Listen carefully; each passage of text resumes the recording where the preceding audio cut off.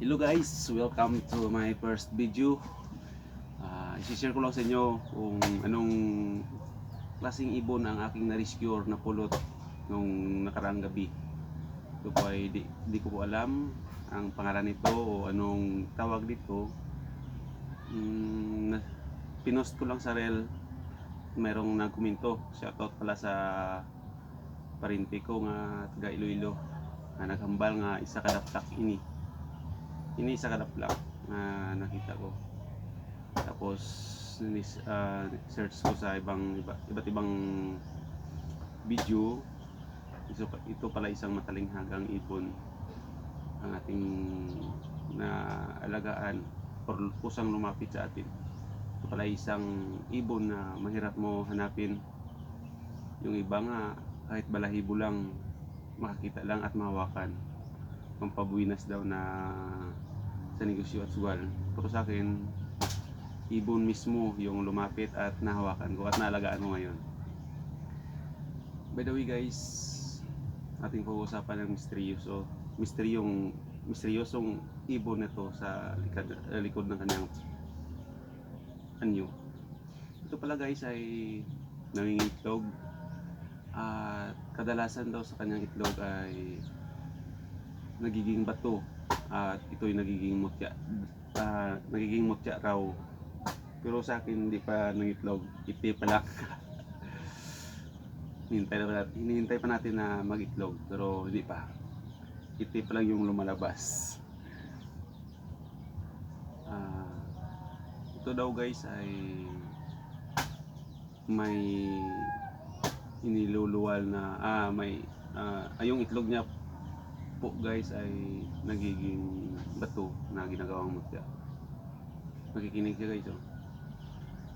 Ang pangalan pala nito guys ay ibong kadarapa sa Katagulugan at sa mga mostly tawag sa atin ay ibong daplak o sa mga ibang term na ibong tagulilong. Ang nagmamayari pala nito guys ay isang engkanto o ang pangalan ng engkanto ay si Bawa. Bawa ang malalakas na engkanto.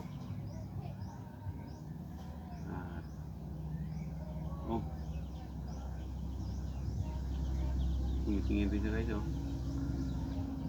Kusang lumapit sa atin. Ang misteryo para sa likod ng kanyang anyo guys ay isa siyang alaga ng engkanto at nagluluwal na nangitlog ng bato na ginagawang mutya. Noong unang panahon guys, sa panahon pa ng Hapon, timpo Hapon, may isang matanda na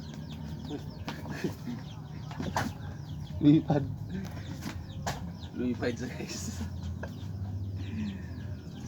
Sa panahon pa ng timpo Hapon, may isang matandang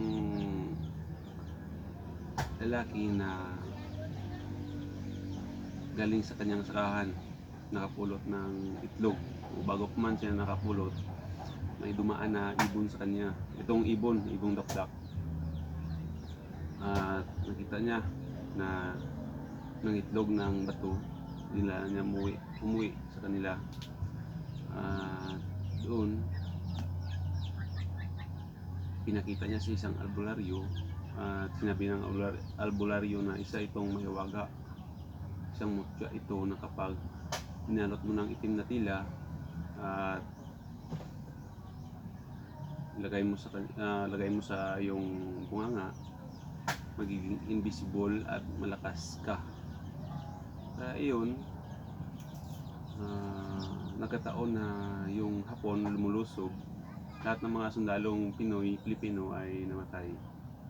At nagkataon na nandun siya sa loob, nakabahan siya, pero sinubukan niyang lagay sa kanyang bunganga yung itlog na bato ng isang ibong daplak. At yun, hindi siya nakita at umalis yung mga sundalong Hapon. At doon, hinabol niya, pinaputukan at lahat yun pinatay niya.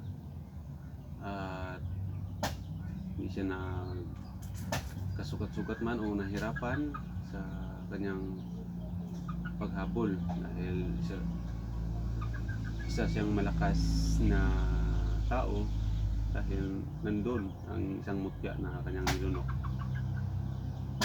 At ngayon naman guys, pag-usapan natin kung ano ba ang pwede nating ipakain sa ibon na hindi natin kilala o di man lang natin nakita. Una guys is napaisip ako mga insekto or ano, pero napagtanto ko na mas maganda kung saging na lang yung ipakakain ko sa kanya dahil sa tingin ko mas maganda to sa kanya dahil parang yung pakpak niya is kulang ng calcium, so yung saging is puno ng calcium. So unti-unti nang lumalakas kasi guys, nakita nyo kanina yung lumipad siya papunta doon sa may sa lamisa. At payo ko lang sa lahat ng tao, kung makakapulot man kayo ng hayop, huwag nyo lang basta tatapon. Ano man kailangan din nilang alagaan, pakainin, tulad nito. So siguro kung pinabayaan ko lang, siguro namatay na. So kasi inalagaan ko, pinulot ko, at sana ganon din kayo, makaka-rescue kayo ng ibon. Sana tulungan nyo rin maging mayos yung kanilang katawan, o tulad dito lumilipad na siya. Dito lang guys ang masishare ko sa inyo. Maraming salamat.